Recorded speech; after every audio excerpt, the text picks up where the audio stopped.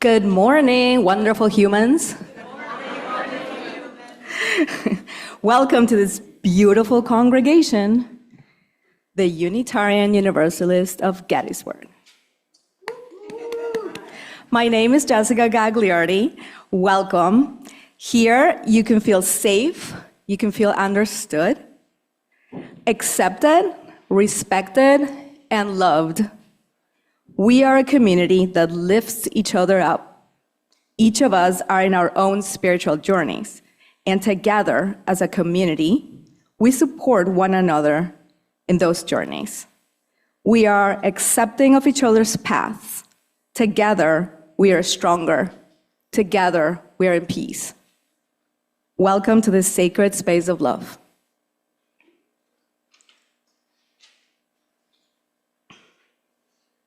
Our bodies, brains, and spirits thrive together thanks to the healing potential of being built for community.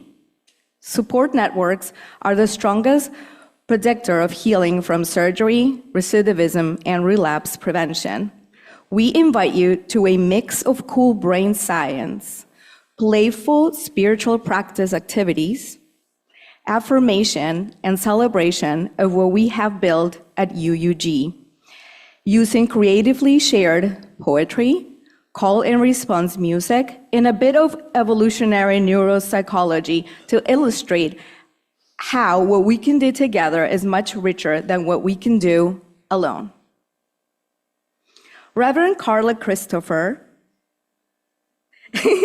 is a roster minister of Word and Sacrament with standing in the Evangelical Lutheran Church in America and United Church of Christ. She is a diversity, equity, inclusion, and accessibility belonging trainer specializing in ethnicity and anti-racism, LGBTQ+ cultural competency, disability, accessibility, and inclusion, trauma-informed care, restorative justice practice, nonviolent communication, and peacebuilding. Before entering the doctoral ministry program at United Lutheran Seminary in 2024, with a focus in evangelism, Carla received a graduate certificate in Ministerial Leadership from Sharpening Iron, a program of Princeton Theological Seminary, and graduated with honors from United Lutheran Seminary's MDiv program. As many of you know, that when you move to central Pennsylvania, the first 20 years or so, you're a newcomer. And one of the first groups of people that welcomed me and offered me a space when I moved here was a family of Sufi mystic poets and thoughtful, reading, crafting intellectuals named the Terlazzos. And along with painting and poeting, it turned out that John Terlazzo had a deep passion for the music of the Beatles and had written love poetry to them and plays about them. And so, as a tribute to one of your and my favorite families that embody authentic welcome, love, and acceptance, I wanted to bring them and their spirit into the space today. So thank you for singing along with me. And I also invite to bring us into the space together to receive as a call to worship the words of bell hooks. Listen, little sister. Angels make their hope here in these hills. Follow me. I will guide you. But careful now. No trespass. I will guide you word for word, mouth for mouth, all the holy ones embracing us all our kin making their home here. The renegade marooned, the lawless fugitives, they grace these hills. We have earth to bind us. The covenant between us can never be broken. It vows to live and to let live. Ashe.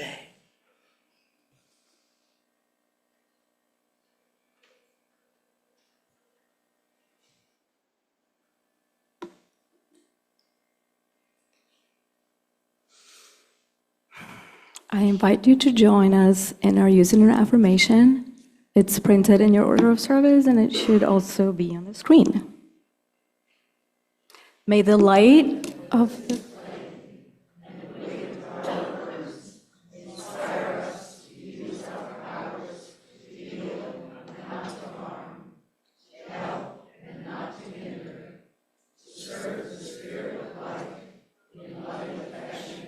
and trusting hope.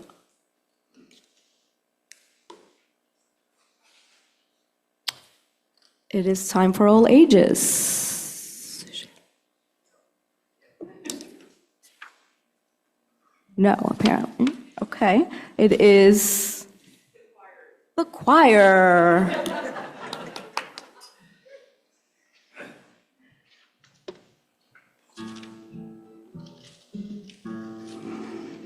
Well, it looks like it might be a hard road, but I'm gonna walk it with you. And I know you might have a heavy load, but I can carry some too.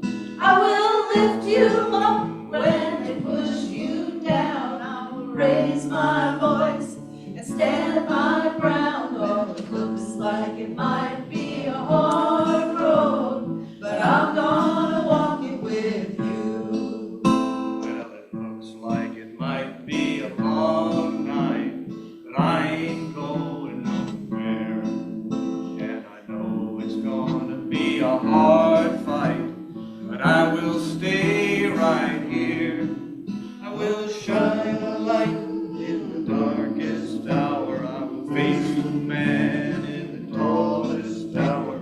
Looks like it might be a long night, but I ain't going nowhere. I will work, I will fight, I will strive in the name of love. I will speak, I will shout, I will sing into the skies above. Well, it looks like it might be a perilous climb, but I will follow your lead. And I know it might be a long time until the last one of us is free. But I will hold on tight, stay by your side. I will be with you for this whole ride. Well, it looks like it might be a perilous climb, but I will follow your lead.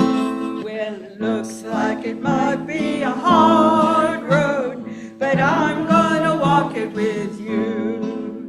And I know you might have a heavy load, but I can carry some too. I will lift you up when they push you down. I will raise my voice and stand my ground. Well, it looks like it might be a hard road, but I will walk it with you. I'm gonna walk it with you. I'm gonna walk it with you.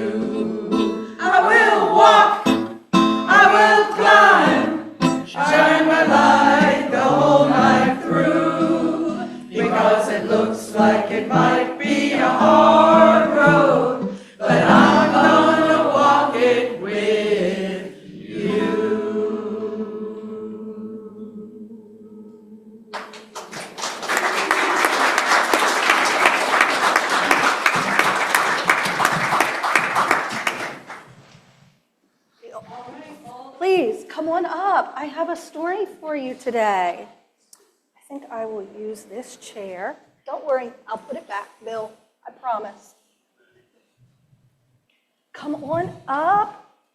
Guess what was at my school this week? The book fair. It's the gateway to book addiction. And I was so happy to see this particular book. So it is literally just days old. And you guys are the first to hear it. Even the boys and the girls at my school haven't heard it yet. And I'd like to share it with you this morning. It's one of my favorite author and illustrator teams, Susan Verde and Peter H. Reynolds. And this book is called I Am Me, a book of community, which is what we're talking about today. And every time you hear the word community, I want you to take your fingers like this and join them all together.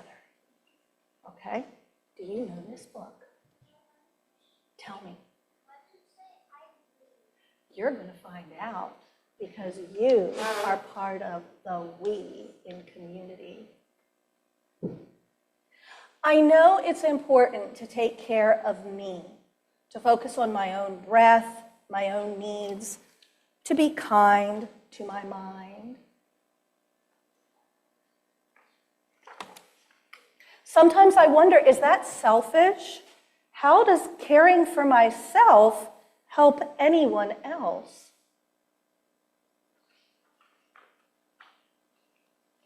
But then I realize that the better I feel inside, the more I can be there for others, my friends, my family, my community, because I do not exist alone.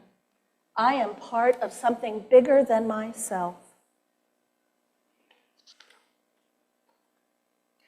And when we take the goodness and self-compassion inside and turn it outward, that is how we make progress and change, how we build, create, learn, and show love, how we care for one another affects the world.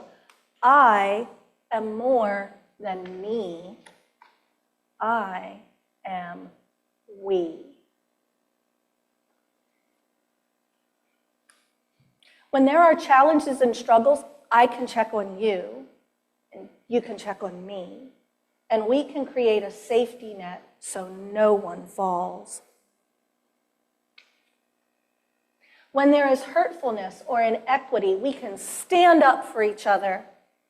We can sit, gather, march, sing, and vote stronger in numbers, louder in voices, as we call for justice.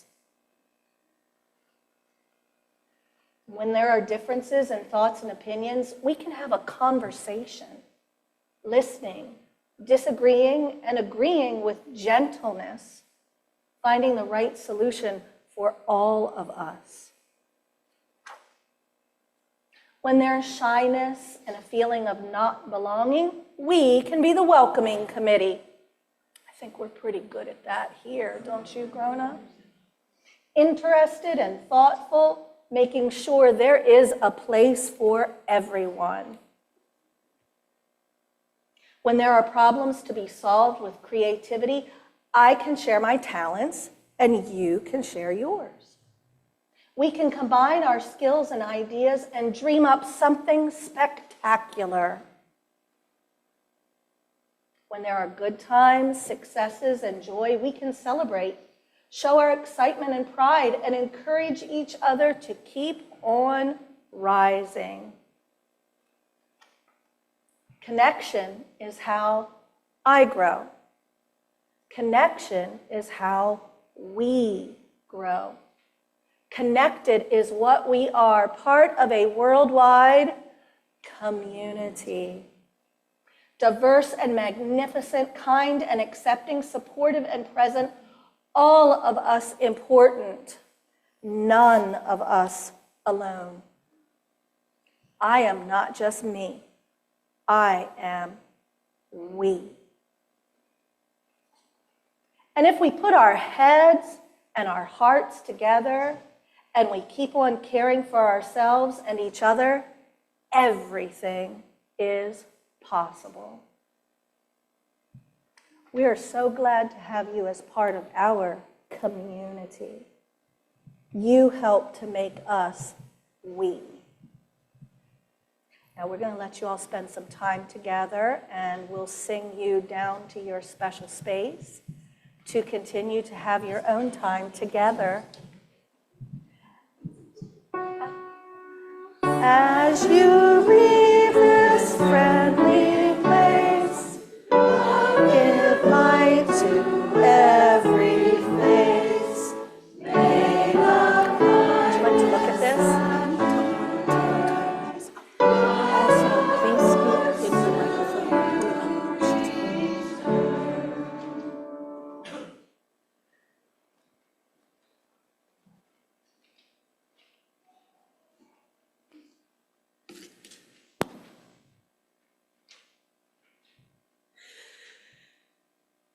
As most of you know, our eighth note reflection is one way that we strive to live into the ideal of the eighth principle, a principle that asked us to work to build a diverse, multicultural, beloved community through our words and actions in an effort to dismantle racism in ourselves and our institutions.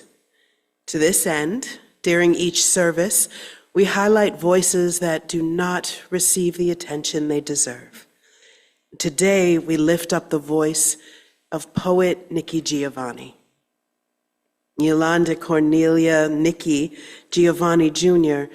was an American poet, writer, commentator, activist, and educator. One of the world's best-known African-American poets. Her work includes poetry anthologies, poetry recordings, and nonfiction essays, and covers topics ranging from race and social issues to children's literature. Sadly, she passed just 3 months ago in December of 2024, and we uplift her voice as an ancestor this day. Black History Month by Nikki Giovanni. If Black History Month is not viable,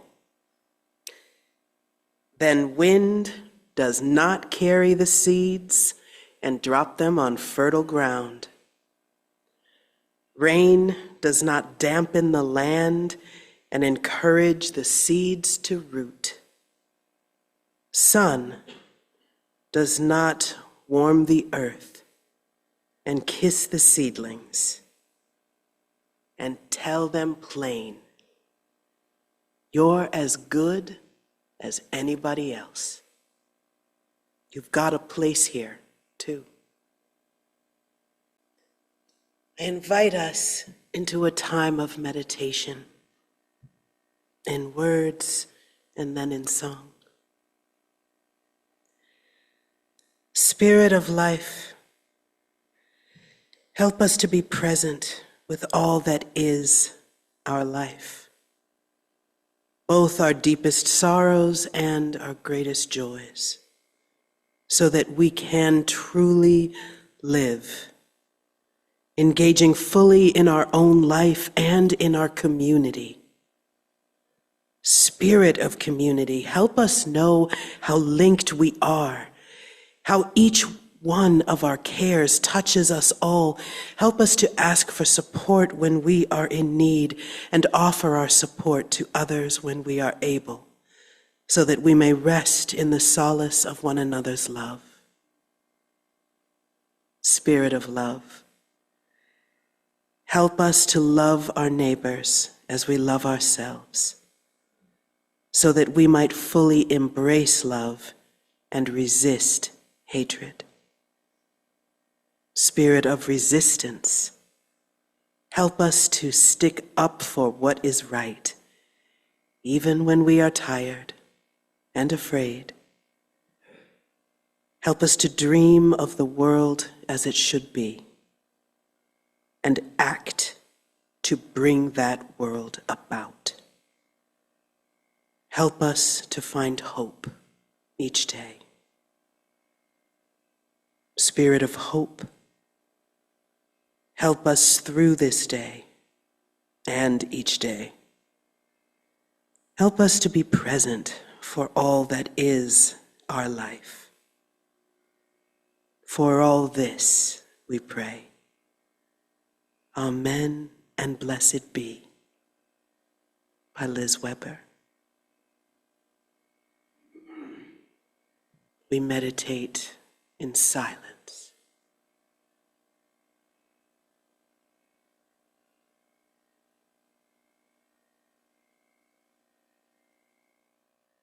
And we meditate in song 123 in our gray hymnal with Florence and the choir.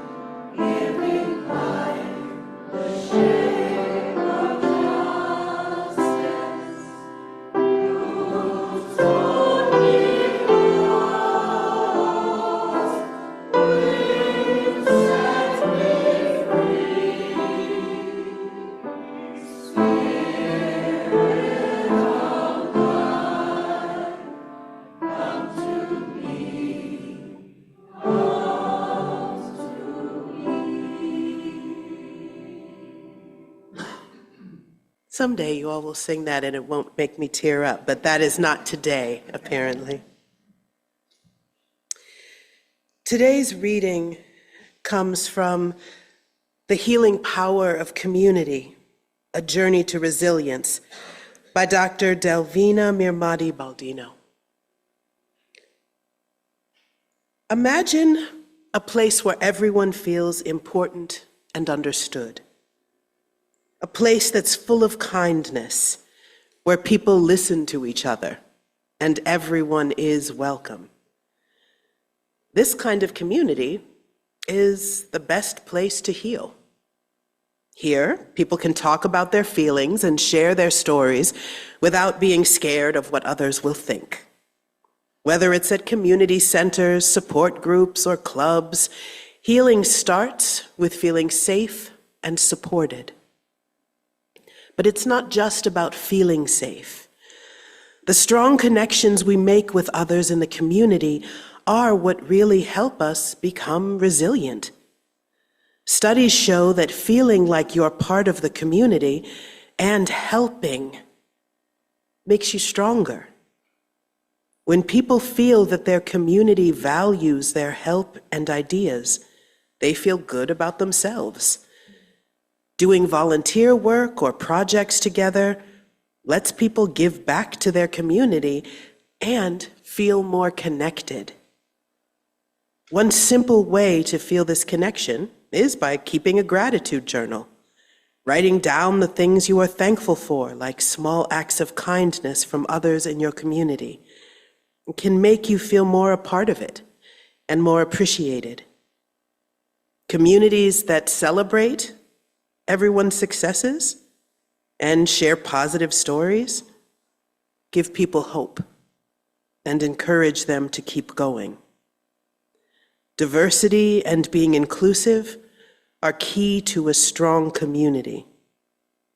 Another great approach is strength-based activities, helping people find out what they are good at and using those strengths in community activities makes everyone feel valued and more confident.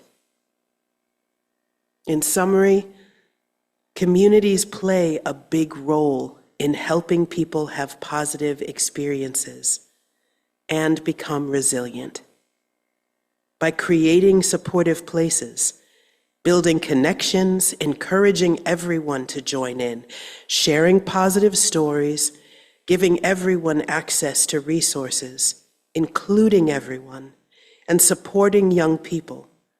Communities can really help their members heal and grow. With everyone working together, communities can be a powerful force in helping people overcome challenges and thrive.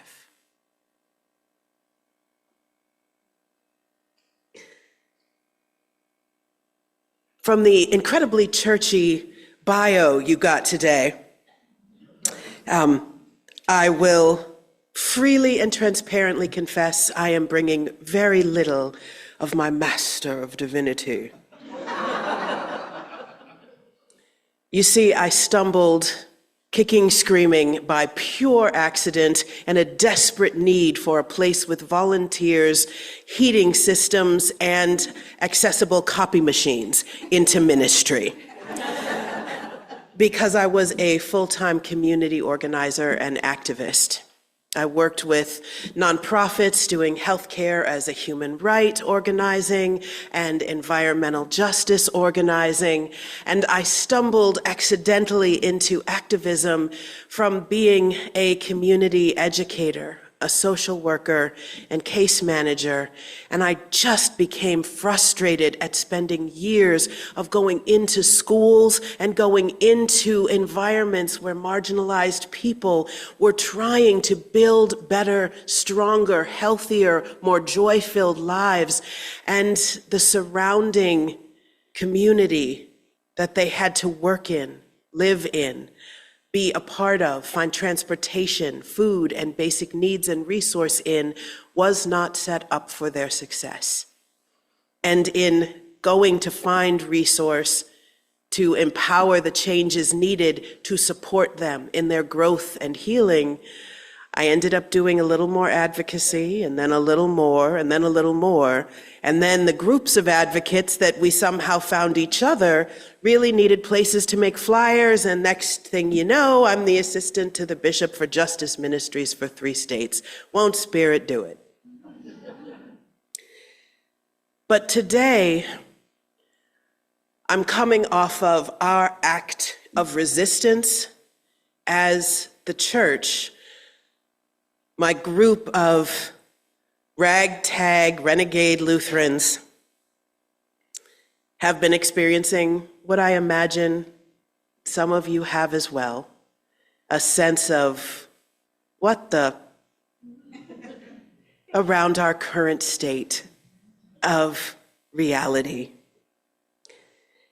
And what we realized is that while diversity, equity, inclusion, belonging, while accessibility efforts and care of marginalized individuals is being scaled back or pulled back in many places, one place that still has a wild and vibrant freedom of speech and ability to equip, empower, gather, and support is indeed our networked communities of faith. So, what I spend most of my weeks doing is sharing diversity, equity, and inclusion workshops for pastors. And instead, we said, what would it look like to do a whole slew of DEI workshops for 0 religious and spiritual individuals, record them, create a downloadable, copyright-free, ridiculously comprehensive resource packet to go with them, offer those trainings as pay what you can, and include a train the trainer module as part of those classes, encouraging individuals to take them and simply make them, potentially available for organizations that no longer can pay for or sponsor officially those activities.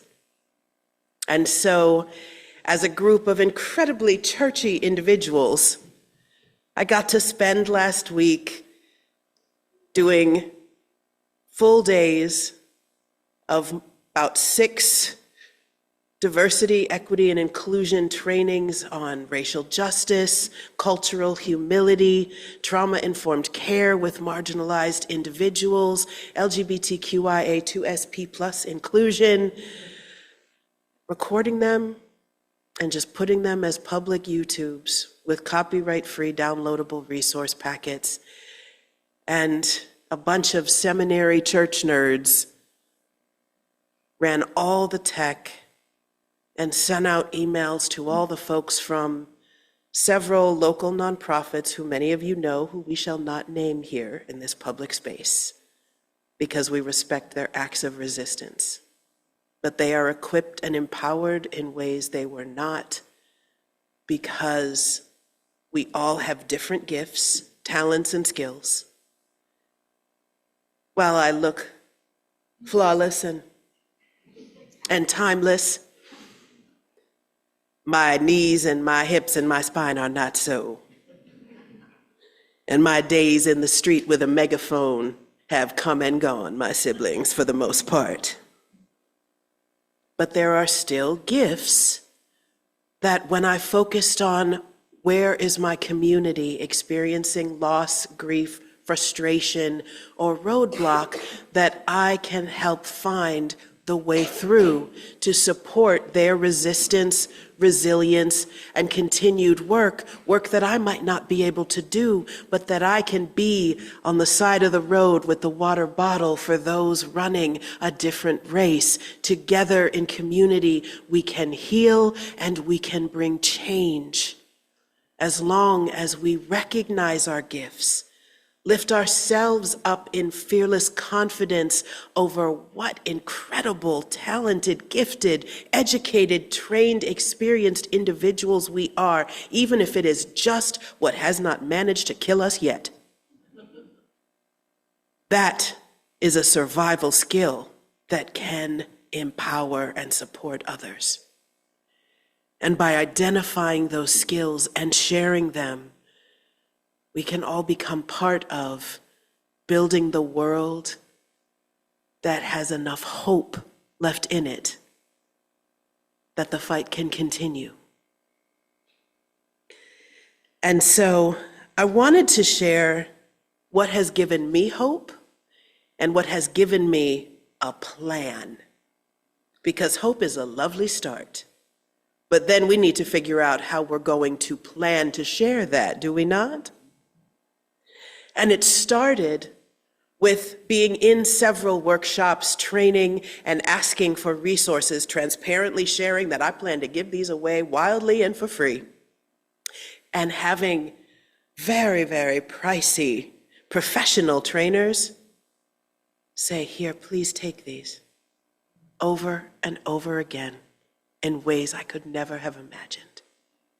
Here's this thing I never published. Take it and share it. It's a downloadable PDF. Here are these things that I have been saving and storing. Put them all together and simply hand out this flash drive to anyone who can and will use it. The generosity in response to a simple and honest ask has been overwhelming time and time again. And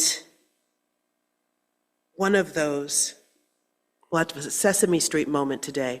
Today's homily is brought to you by the numbers 4, 5, and 6. Because one of those doctors and therapists whose piece you read today, a writer who gave me permission to use her writing after finding it on LinkedIn, where she's been publishing free articles and sharings, said, remind people that there are 4 primary ways that trauma shows up: chronic stress, anxiety. It manifests in the body in the same way it did when we were defending ourselves against a charging woolly mammoth, right? If you can, the first thing you're going to do is run from that woolly mammoth. Flight. But if you are pinned and you don't have a place to run, you just square up, and you and that woolly mammoth are gonna fight. But there are two additional trauma responses that are less common to be discussed. If you know that that woolly mammoth is a whole lot bigger than you and fight is not going to work, well, what if you freeze? Because then maybe the woolly mammoth doesn't have good eyesight and it will only be able to eat you if it sees you. So you try to not move, which can look like shutting down, can look like opting out, can look like quiet quitting, can look like not volunteering, not fulfilling obligations. It seems like not caring to the outside world. It seems like apathy. It can seem like simply being unaware. What it is a trauma response. It is the body seeking to protect itself from further harm. And only the making that individual feel safe, accompanied, loved, and accepted can help the brain overcome the response of freezing. And being aware that freeze is a trauma response gave me an entirely different amount of empathy and compassion when I had been experiencing frustration and horror at the apathy, at the lack of engagement, at the checking out from the struggles of our siblings. But it's simply the brain protecting itself, and only community promoting a sense of safety can allow those parts of the brain protectively shut down to re-engage. So frustration was the opposite of what would motivate different behavior. Love, care, I understand was what was needed. And there is a fourth response. And this one was the hardest for me to wrap my head around until I have a very large Great Pyrenees, a big fluffy mountain dog, Bishop Winifred Mandela. And when Bishop Winifred Mandela is getting rowdy, and my ignoring her doesn't work, my trying to walk away doesn't work, my saying, hush your mouth doesn't work, we go to the one thing that gives us a little sliver of hope that we may be able to stop that mountain traversing bark, the beef stick. Perhaps if I can win her over as the one in the household who actually has power, then I can encourage from her the behavior that I want. That trauma response is called fawning. Fight, flight, freeze, and fawn. When fight, flight, and freeze don't work, a normal neurological response is to seek to win over, to disarm, to calm, or to entice into not seeing you as a threat, that being with power. And so some of my least favorite neighbors in the last few months, I realized are not so very different from me and the woman that I was in some of my most unhealthy and harmful relationships in my younger days. The same little girl that I learned to be to survive in a relatively unhealthy household. When fighting, flighting, freezing did not keep me safe, perhaps fawning could. There is a great deal of what I truly believe to be a fawning response happening by individuals who appear to be making choices against their logical best good. And it is very easy to feel judgment, frustration, anger. And yet, is perhaps an invitation into empathy to remember that we know what it feels like to not be able to run, to not feel that we have the resources to fight, to have tried to minimize ourselves and still be present. And so our brain, our body begins to do what it feels like is the only resource that it has left. Fawning is a response that is physiologically centered, biologically inspired. It is the result of chronic stress, fear, and trauma. And the only way to dismantle that brain function is to offer a sense of community, love, safety, listening, responding. Now, there are those who will take a great deal of time because their brains have become used to being afraid. And everything, I like to say this in my churchy spaces, God is infinite, we are not. And I also believe when I was pulling fun Carla fact, I was born conservative Jewish.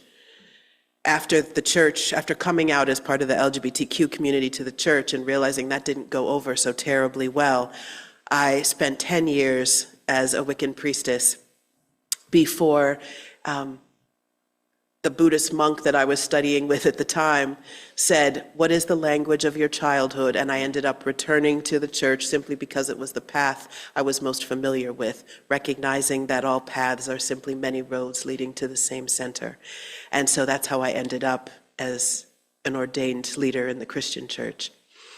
But as I was pulling my tarot cards on New Year's Day to figure out my areas of focus for the year,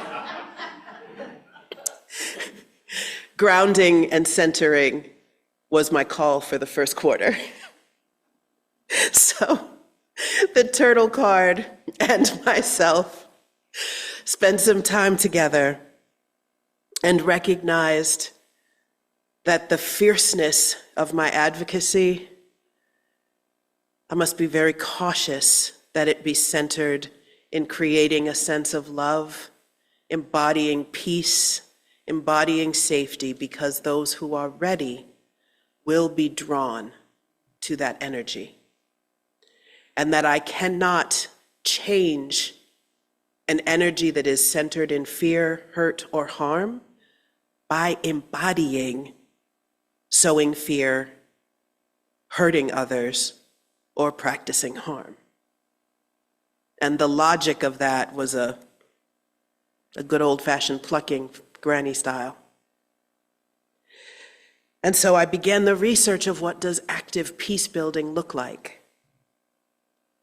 And that is where I rediscovered and embraced numbers 5 and 6.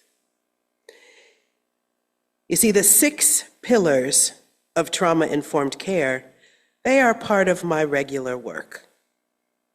There are 6 things that are shown through more research than we have time for today that actively dismantle the fight, flight, freeze, and fawn impact of the brain.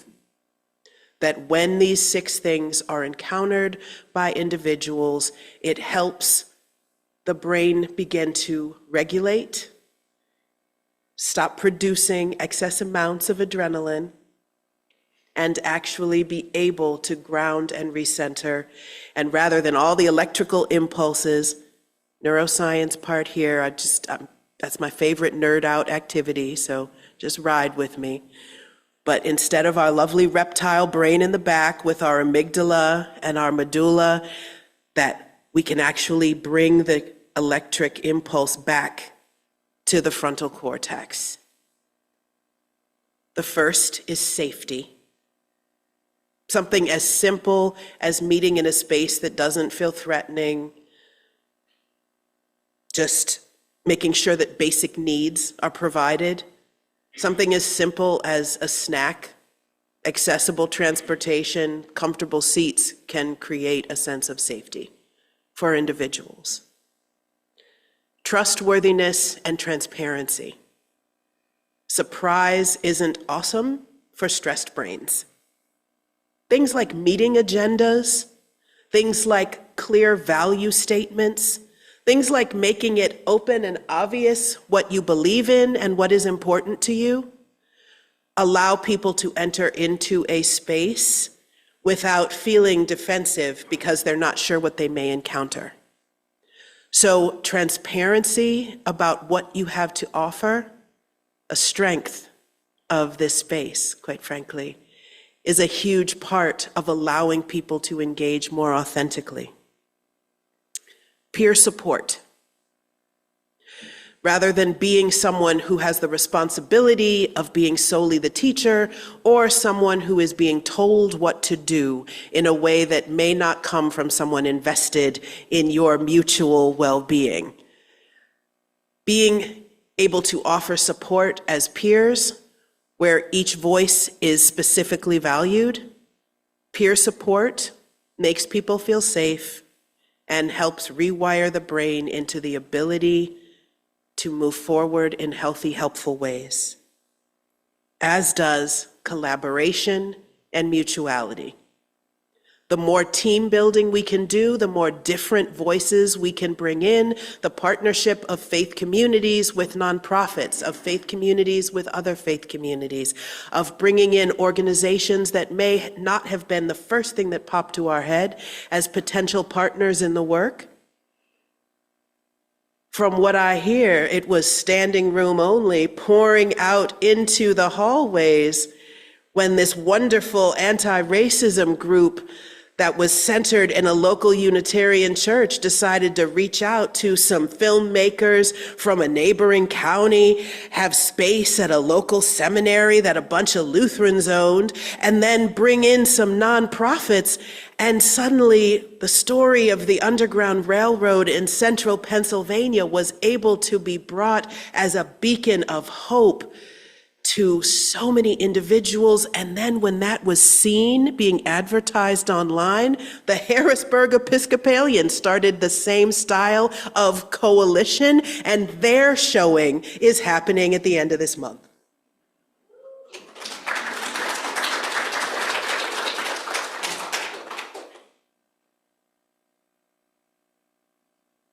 Empowerment, voice and choice. The ability to get out and start doing the things when the idea happens, it leads to the most incredible work. Just the sharing, the posting, the knowing I can speak for this group of individuals that had a passion and an idea led to other people feeling like they could do the same. The inspiration. And who knows who may see what the Episcopalians are going to do in Harrisburg that will become a part of other spaces. I was teased by my constant adoration of Facebook posting when I am in a place. And yet, when I started 5 years ago with the Lutherans, having a justice minister wasn't exactly a Lutheran standard. As of last month, I supported my 15th regional office in beginning a justice ministry program. There are now more than 20 out of 65 regional offices in the US. And quite honestly, for Lutherans, that pace is really fast. So Unitarians have the ability to do some really wonderful things without it needing to take 500 years. So thanks be to every and any deity for y'all. But it has been a consistent reminder that when we don't need to wait for 17 levels of powerful experts to tell us, baby, just go do the thing. When we all have leadership in our different areas and can simply say, let's find the partners let's find the collaborators, let's find the voices, and let's get started. We'll make it increasingly perfect as we go and as we grow. But there is no beautiful Bodhi tree to find enlightenment under without the planting of a single seed.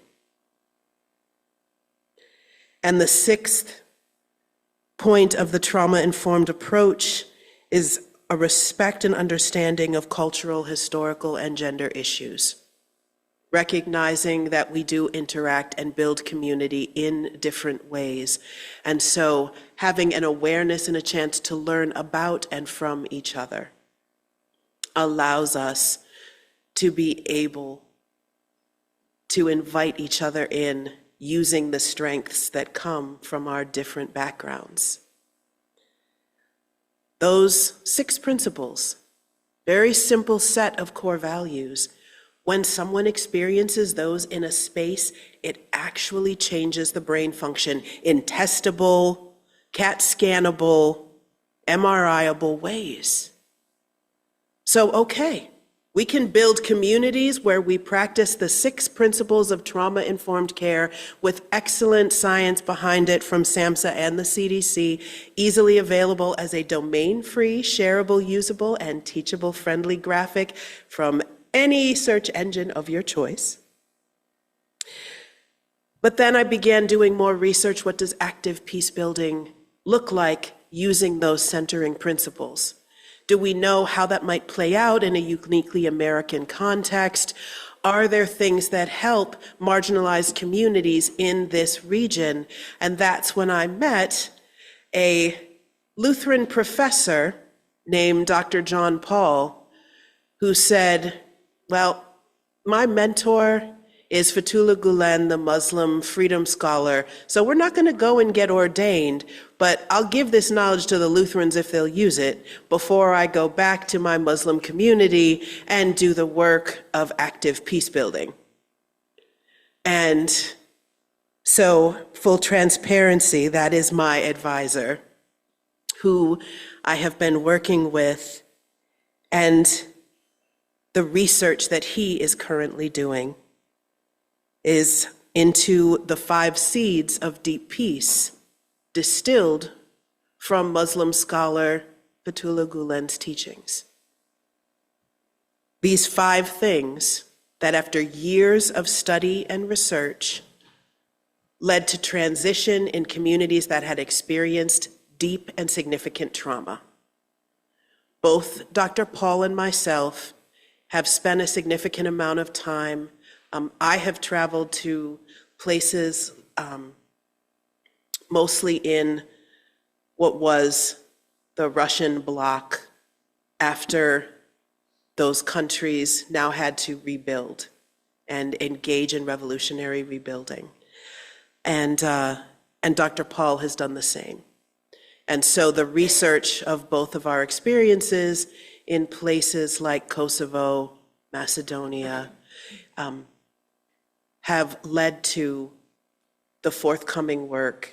And these are the 5 things that both of us have been able to identify and experience in communities after profound stress, profound communal trauma, profound breakdown of government. So I invite you to take these and hold them for what they may be usable for as we build into our own future as Americans. The first is literacy. Now, the seed of deep peace as literacy, part of it is simply access to functional education, but it is also literacy as in the ability to navigate the systems of community, knowing where to go to get transportation, to get food, to satisfy basic needs, knowing what resources are available in the community and how to access them. When individuals do not know how to access or navigate the systems available to help them, the profound stress that it causes creates hopelessness or desperate behaviors. But something as simple as an individual who will help navigate complex systems, who will help navigate, here's how you can get help, and teaches that literacy so that folks can eventually do that on their own, that changes and supports community survivors into becoming community leaders. The second seed of nonviolence or of peacebuilding is nonviolent practices of de-escalation and centering. Singing is my personal favorite. There is beautiful science on how creating music or being exposed and even listening to it regulates breathing, centers heart rate. There is a reason that heartbeat of the drum is common across almost every indigenous culture. Singing, meditating, praying, creating even a simple hum together, stretching, gentle movements, practicing nonviolent practices of grounding, centering, mindfulness, or meditation, and doing that in community allows us to then regulate to the point that we can do amazing amounts of work using our highest and best brain function. The third seed is engaged empathy. Nobody wants to be a victim all the time. Give folks a job. Want stressed people to feel less stressed? Give them something they can do. Let them help others. Give them a way to feel useful. So this idea of service through saviorism, it turns out that's actually not helpful. Inviting individuals into partner with us to help others because you are useful, valuable, you have strengths, gifts, and talents, that is actually what builds peace in communities. The fourth seed is principled pluralism. That is, we must be united in mission. I would love to say we can work with everybody. That is not actually true.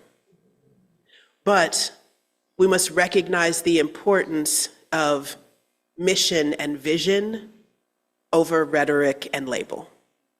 There are a lot of people we might be tempted to write off as potential partners, but what we need instead, what is more helpful instead, is having a discussion about what keeps us up at night. What's our why? And if we can find overlap in our why, we can and are called to work together. We need to find ways to invite more resource, not excuses to push more resource away. And the fifth seed is social enterprise, creating ethical, sustainable ways to keep doing this work. That's one thing that faith communities have really shied away from, is it's okay to make money. It's okay to grow stuff. It's okay to accept donations and or to be honest with people and say, hey, we'd love to keep doing this, but we need your practical help. We need your time or your talent or your treasure.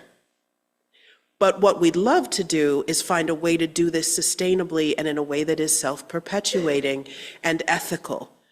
Ethical, sustainable businesses, engaging in things like boycotts and intentional spending of local businesses, minority or marginalized people-owned businesses, holding business meetings in ethnic restaurants rather than holding them in a chain that will not be named because it scaled back DEI efforts, that these are actually practical methods of peace building.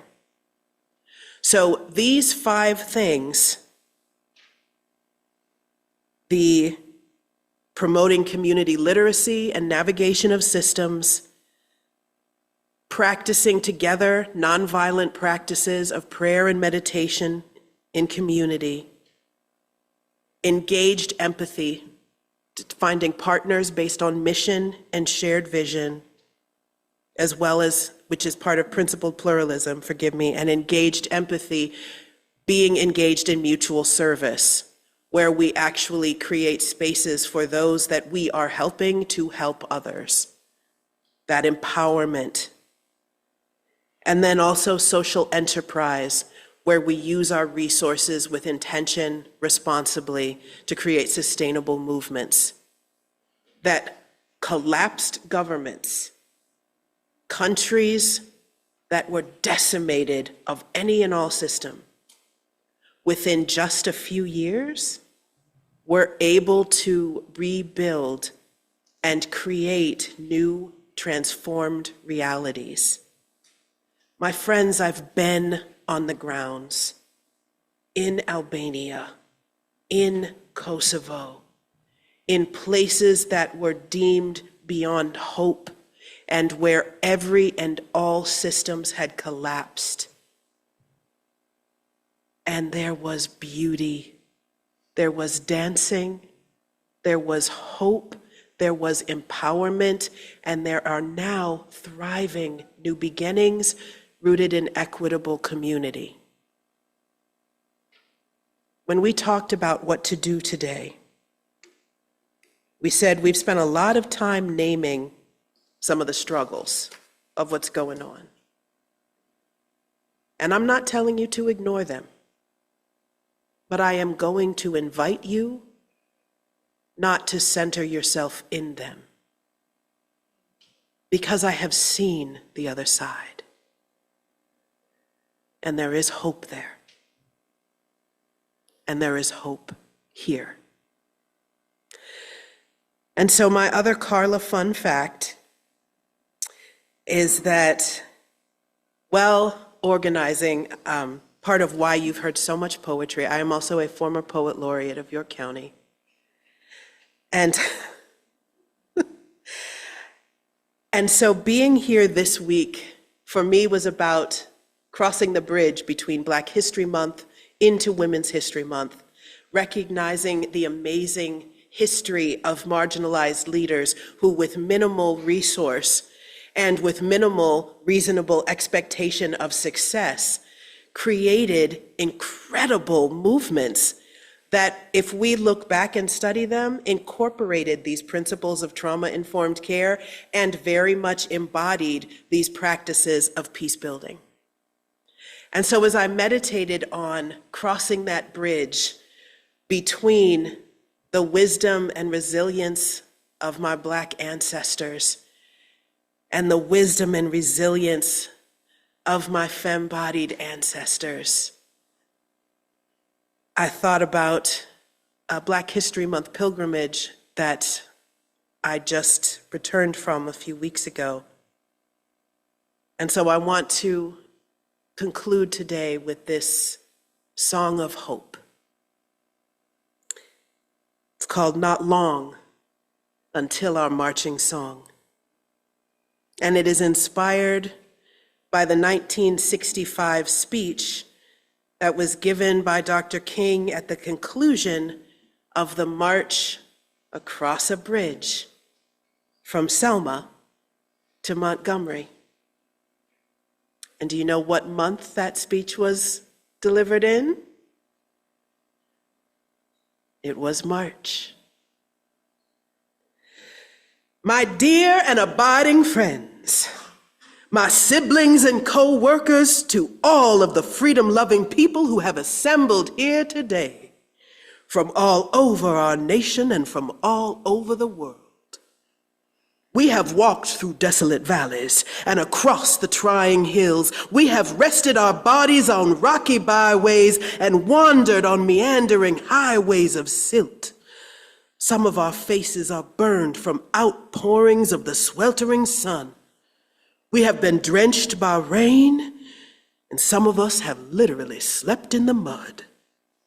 Our bodies are tired, and our feet are somewhat sore. But as Sister Pollard, a 70-year-old Black woman who saw Montgomery and Selma, said, I started out tired, but then I got to walking. And somehow, I ain't tired no more. They told us we wouldn't get here. There were those who said, only over their dead bodies. Well, all the world knows tonight that we are here, and we are standing before the forces of power in sanctuaries and in voting booths and office lobbies. Out of struggle, a new idea more powerful than guns or clubs has been born. A community of Black people and their allies facing terror and brutality with heroic courage and majestic scorn. From the wells of this democratic spirit, a nation of renewed dignity and strength has sworn to employ once more the method of nonviolent but active resistance. Unsheathed from its scabbard, an entire community mobilized to confront the brutal adversary and summon the best of human identity until our instincts arise passionately to an honorable and inspiring moment in American history. Every race, every faith, pouring into dangerous places to face both good and evil on the side of the embattled. Today, I want to say to these people of America and to the nations of the world that we are not about to turn around. We are on the move now. No wave of racism can stop us. The burning of our synagogues and shooting in our churches will not deter us. The bombing of our homes will not dissuade us like an idea whose time has come. Not even the marching of mighty armies can halt us. We are on the move now. We are on the move now. Let us march on segregated housing until every ghetto dissolves. Let us march on segregated schools until inferior education is a problem solved. Let us march on poverty until everyone eats. Let us march on ballot boxes until all the tables of power, each one of us has a seat. The mighty men of Joshua merely walked the walled city of Jericho with nothing but a freedom band. Go blow them ram horns, Joshua cried, 'cause the battle arm is in my hand. Somebody's asking, how long will prejudice drive bright-eyed wisdom from her sacred throne? Somebody's asking, when will the bosom of this lonely night bathe in the light of a radiant star of hope? I say to you this, however difficult the moment, how long? Not long. How long? Not long. How long? Not long. Because the arc of the moral universe is long, but it sings a justice song. Not long because no lie can live forever. Not long because our eyes have seen the glory of justice coming.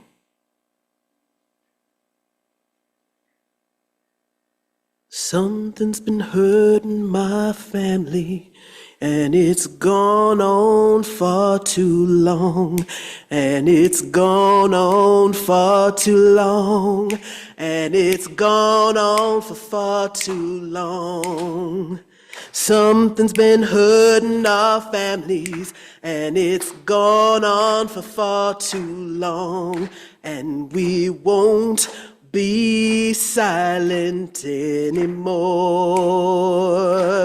So from today, we gonna speak out blessing, 'cause this gone on for far too long, 'cause this gone on far too long, 'cause this gone on for far too long. We gonna go speak blessings, 'cause this gone on for far too long, and we won't be silent anymore. And as we go forth, we gonna march in love, 'cause this gone on for far too long, 'cause this gone on for far too long, 'cause this gone on for far too long. We gonna march with justice, 'cause this gone on for far too long, and we won't be silent anymore.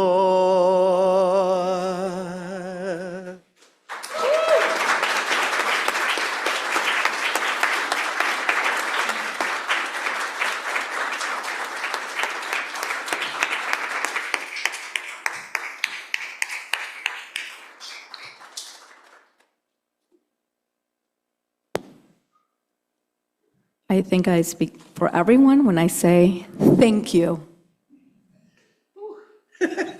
Thank you so much. That was really needed. Oh, my friends, what a joy it has been to be in community, and what a healing day. Thank you for being this Renegade Lutheran's healing space and safe space. It pours into my soul every time I step through these doors, every time. I'm so blessed in you. So my friends, sharing and having given to each other, I invite you to go now with the courage of your own voice, the strength of your own presence, and the truth of your own being. May you walk in the knowledge that you belong, not because the world allows it, but because your existence is sacred. May justice call you forward. May love hold you steady, and may you never doubt that you are enough. You are here, you are staying, and you are not going anywhere. Amen, ashe, and blessed be. And the choir will lead our closing music with a call and response to join our voices in beautiful community.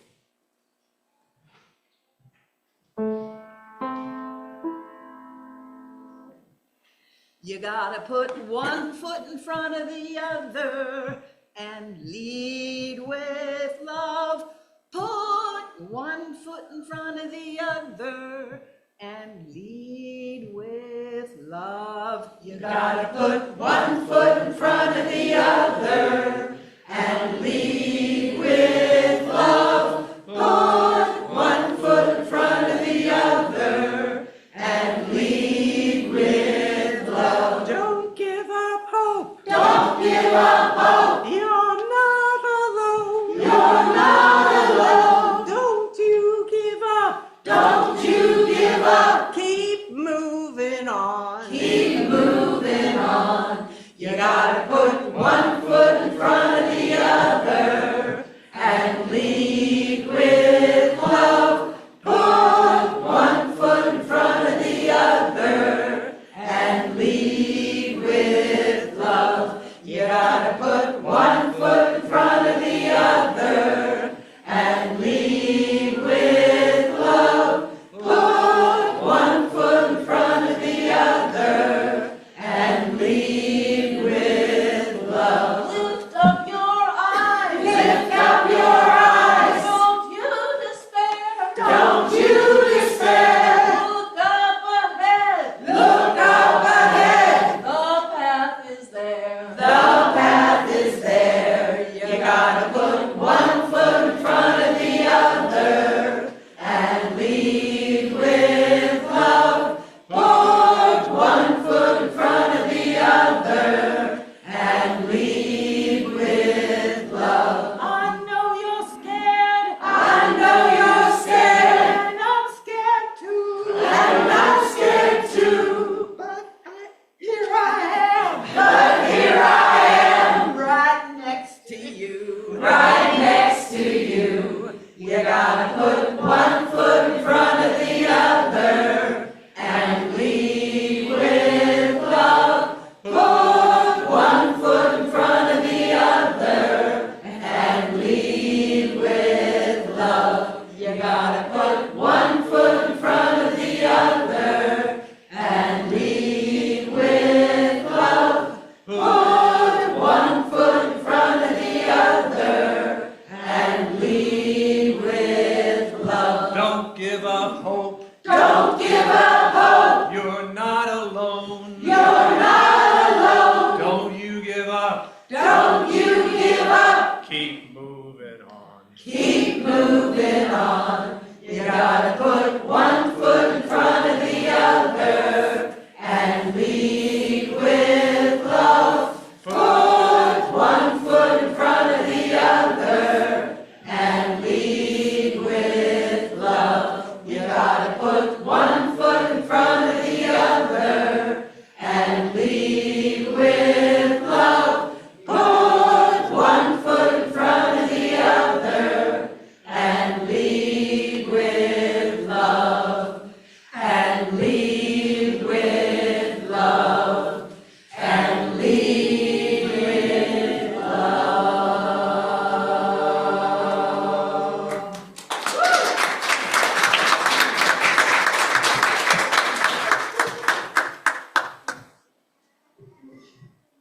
That was beautiful.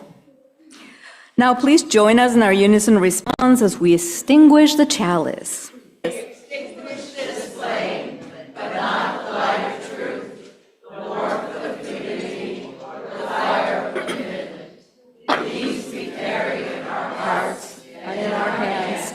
Until we are together again. Excuse me. Now please join us in our closing ritual where we form a circle and clasp hands and sing Safe Passage. May you have safe passage. May you have safe passage. May you have safe passage. Safe passage on your way. Safe passage on your way, dear brother. Safe passage on your way, dear sister. Safe passage on your way, sweet children. Safe passage on your way. May you have safe passage. May you have safe passage. May you have safe passage. Safe passage on your way. Safe passage on your way, dear brother. Safe passage on your way, dear sister. Safe passage on your way, sweet children. Safe passage on your way. May you have safe passage. May you have safe passage. May you have safe passage. Safe passage on your way. Now our service truly begins. Goodbye, Zoomers.